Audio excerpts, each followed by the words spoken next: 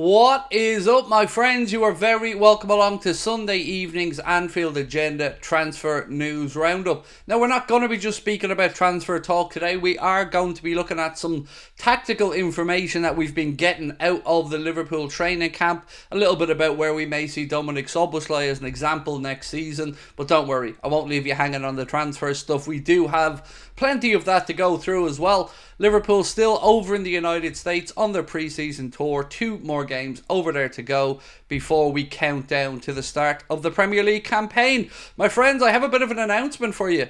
Those of you who are coming to the Liverpool show, you're very lucky indeed, because we've added another name to the show. We're going to be joined on stage by friend of the channel and journalist extraordinaire, Mr. David Lynch, as well as Carl Porter, one of our favourite comedians. So if you haven't got your tickets, it is 1 week from today. We are going to be at the magnificent Hot Water Comedy Club in Liverpool.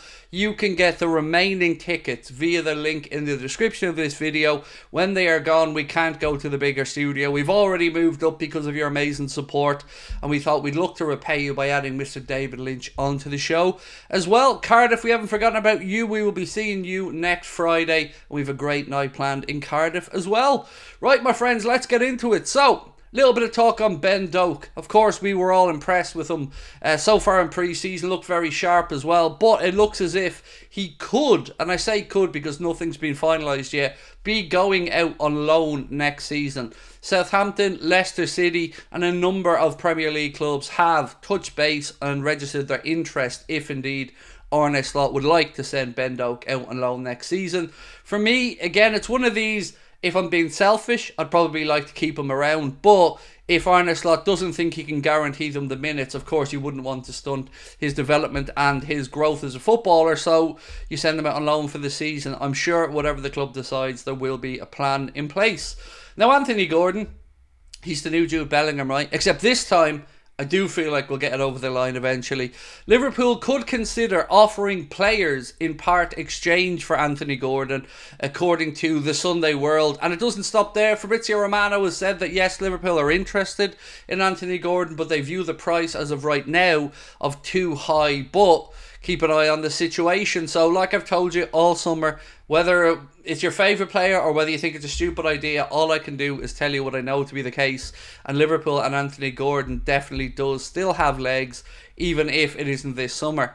Now, another bit of news for you guys. Caught Offside have said that Liverpool will face competition if they want to sign Geertruida, of course, of Feyenoord, somebody Arne Slot knows too well. By the way, the amount of times I almost say Jurgen Klopp when I'm talking about the manager, it's still taking me some getting used to realise that Arne Slot is the new Liverpool head coach. Manchester United have also been mentioned as a possible destination, but they are looking at some other fullbacks as well. Dumfries is one that's been linked to Manchester United, but Geertruida, 24 years of age, versatile defender, another kind of Joe Gomez-esque, can play anywhere across the back line. So keep an eye on this situation as the summer goes on. Until he moves elsewhere, I think he's going to continuously be linked with Liverpool. Now, Matteo Moretto has come out with something that I'm sure will worry a lot of Liverpool fans. I'm kind of burying my head in the sand a little bit on this one. He said that Real Madrid are quietly working on signing Trent Alexander-Arnold for next summer.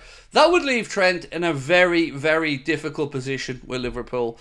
He would have to basically go through the whole season ignoring contract renewal talks or going into them in bad faith. And I don't think he'll do that. So if Real Madrid wanted Trent badly enough, they'd have to put an offer on the table this summer for me. I can't see Liverpool not getting him tied down to this new deal that we've all been talking about. The rumours again about £300,000 a week. Granted, it doesn't help when you see him on holidays in LA and he's with Jude Bellingham and some other Real Madrid players as well. But we still believe we're going to get Trent tied down to a new deal. So unless we're getting vibes otherwise, let's all work on that presumption that Liverpool will get this sorted out with Trent. Now, I told you it wasn't going to be all transfer topics in today's video. Dominik Szoboszlai has been playing out on the wing in training. So lots of people asking, will Dom be a 10 in this system? Will he be a wide right player? It looks as though, according to Lewis Steele, he is being utilised in training out on the wing. So maybe we'll see in the Arsenal game coming up if that changes. But as of right now, he is experimenting, shall we say, with Dominik Szoboszlai out on the wing. I wonder, does he have dreams and songs to sing? Sorry, I'll get my coat. Another one, Sepp van den Berg. James Pearce has said, Sepp van den Berg has said, I'm here to show the new manager that I am Liverpool worthy. If he gives me a chance and likes me, there's a big chance of me staying. But we're still early in the window and we will see what happened. Also, it's important to stress that the young Dutch defender is not desperate to get away. The 22-year-old just wants to avoid a scenario where he stays put and finds himself a long way down the pecking order. So, I'm starting to hear the right things out of Sepp over the last week, and it's starting to make me feel a little bit more confident that he does want to be here. Now it's over to him. It wasn't great hearing him talk about Liverpool maybe stunting his development, but as James Pearce has spelled it out, if he has a chance under the manager, he knows he's at one of the biggest clubs in the world. So let's just wait and see how this one pans out over the summer. I still believe if Liverpool got to 17 million or 20 million euro that thereafter they may sell him, but for now, you know, he's a Liverpool player. Another little bit from Lewis Steele, who's reporting there was no sign of Curtis Jones in Liverpool training. So obviously that hamstring niggle that he picked up is still being looked at. I wouldn't go too far worrying about it right now, but let's just wait and see how it goes. By the way, some of our Premier League opponents have not been getting some great scorelines in their pre-season games. Now, they don't really count for anything. It's all about fitness. But Celtic are on a mad one. Celtic seem to be beating everybody. The way Celtic are playing in pre-season in the States, they could win the Premier League if they were in it. But it is only pre-season and they aren't playing the best versions of these teams.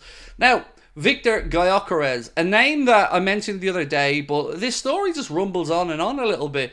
This one here said Liverpool have entered the race to sign Sporting striker Victor Gyökeres, but his release clause could be prohibitive.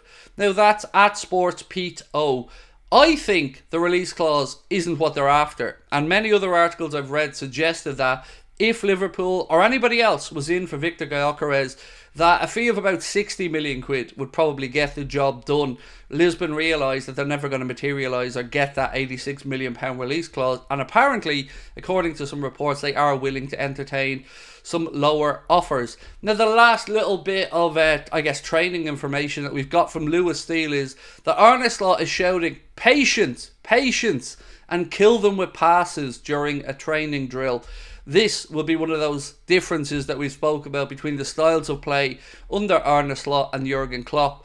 Build-up will be a lot different, a lot more possession of the football, a lot more passing through the lines, and, as he said, kill them with the ball, wear them out, tire them down. It's a lot easier to work with the ball than it is to chase after for 90 minutes. So keep that in mind as we build towards the Arsenal friendly.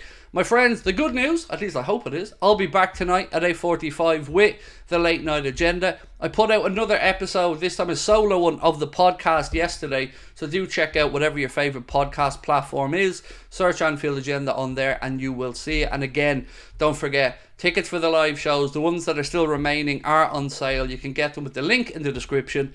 And I'll see you guys at 8:45. I missed you all yesterday, so looking forward to catch up with you today. Take care. Oh, and by the way, congratulations to Armagh on just winning the All-Ireland. Lots of people won't have a clue what I'm talking about, but they did win the All-Ireland football final, beating Galway by 1 point in a cracker of a game. So congratulations to them. I will talk to you wonderful people tonight at 8:45. Until then, enjoy the rest of your Sunday. Bye-bye.